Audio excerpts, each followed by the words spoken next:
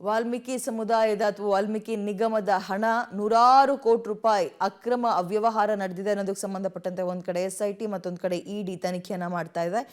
ಇದೀಗ ಈ ನಿಗಮದ ಸುಮಾರು 89.62 ಕೋಟಿ ಹಣ ಹೈದರಾಬಾದ್ನ ಬಂಜಾರಾ ಹಿಲ್ಸ್ನ RBL ಬ್ಯಾಂಕ್ನ 18 ನಕಲಿ ಖಾತೆಗಳಿಗೆ ವರ್ಗಾವಣೆ ಆಗಿದ್ದು ಹೇಗೆ, ಅಲ್ಲಿಂದ ಎಲ್ಲೆಲ್ಲಿಗೆ ಹಣ ಟ್ರಾನ್ಸ್ಫರ್ ಆಯಿತು ಅನ್ನೋದ್ರ ಬಗ್ಗೆ ED ರಿಮ್ಯಾಂಡ್ ಕಾಪಿ ಇಂಚಾಗಿ ಬಯಲು ಮಾಡಿದೆ. ಅದೇನು ಅಂತ ನೋಡ್ತಾ ಹೋಗೋಣ.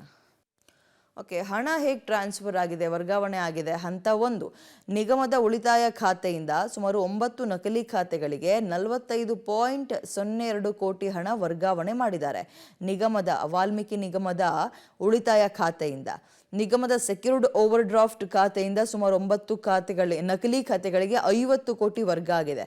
ಅಂದರೆ ಹೇಗೆ ಟ್ರಾನ್ಸ್ಫರ್ ಮಾಡಿದ್ದಾರೆ, ಏನೆಂತ ಪ್ಲಾನ್ ಮಾಡಿದ್ದಾರೆ ಅನ್ನೋದಕ್ಕೆ ಸಂಬಂಧಪಟ್ಟಂತೆ ವಾಲ್ಮೀಕಿ ನಿಗಮದ 2 ಬ್ಯಾಂಕ್ ಖಾತೆಗಳಿಂದ ಒಟ್ಟು 95.02 ಕೋಟಿ ಹಣ ವರ್ಗಾವಣೆಯಾಗಿದೆ. ಇದು ಹಂತ 1.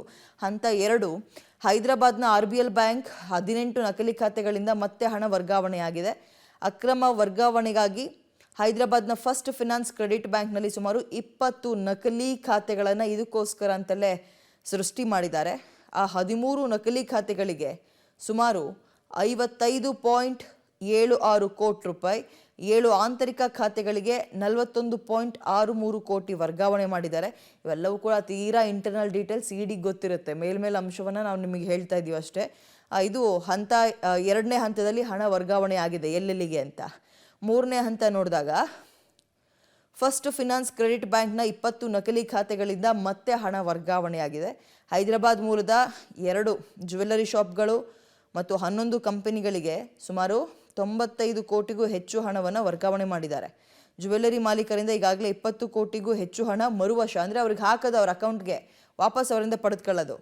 ಕಂಪನಿಗಳ ಹೆಸರು ದುರ್ಬಳಕೆ ಮಾಡಿಕೊಂಡು ಅಕ್ರಮ ವರ್ಗಾವಣೆ ಹಿನ್ನೆಲೆ ವಂಚಕರ ವಿರುದ್ಧ ರಾಮ್ ಎಂಟರ್ಪ್ರೈಸಸ್ ಸೇರಿ ಸುಮಾರು 4 ಕಂಪನಿಗಳಿಂದ ದೂರ ಹೋಗಿದೆ.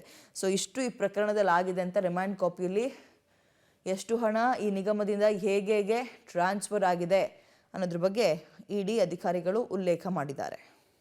ಓಕೆ, ಇದೀಗ ಹಣ ವರ್ಗಾವಣೆ ಆಗಿರೋದು ಹೇಗೆ ಅನ್ನೋದನ್ನ ಮತ್ತೊಮ್ಮೆ ನೀವು ಗಮನಿಸ್ತಾ ಇದ್ದೀರಾ. ನಿಗಮದ ಉಳಿತಾಯ ಖಾತೆಯಿಂದ 9 ನಕಲಿ ಖಾತೆಗಳಿಗೆ ಸುಮಾರು 45ಕ್ಕೂ ಹೆಚ್ಚಿನ ಕೋಟಿ ಹಣ ವರ್ಗಾವಣೆಯಾಗಿದೆ.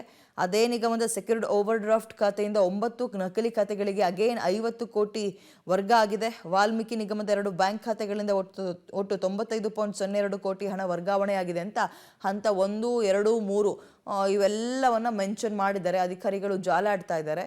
ಇವರು ಸಂಬಂಧವೇ ಇಲ್ಲದಂತಹ ಕೆಲವೊಂದು ಶಾಪ್ಗಳಿಗೆ, ಬಾರ್ಗಳಿಗೆ, ಜ್ಯುವೆಲ್ಲರಿ ಶಾಪ್ಗಳಿಗೆ ಹಣ ಹಾಕಿ ವಾಪಸ್ ಅವರಿಂದ ಪಡೆದುಕೊಳ್ಳೋದು, ಎಲ್ಲೂ ಕೂಡ ಅನುಮಾನ ಬರಬಾರ್ದು ಅಂತ ಅದೆಲ್ಲವನ್ನ ಜಾಲಾಡ್ತಾ ಇದೆ ED ಸದ್ಯ.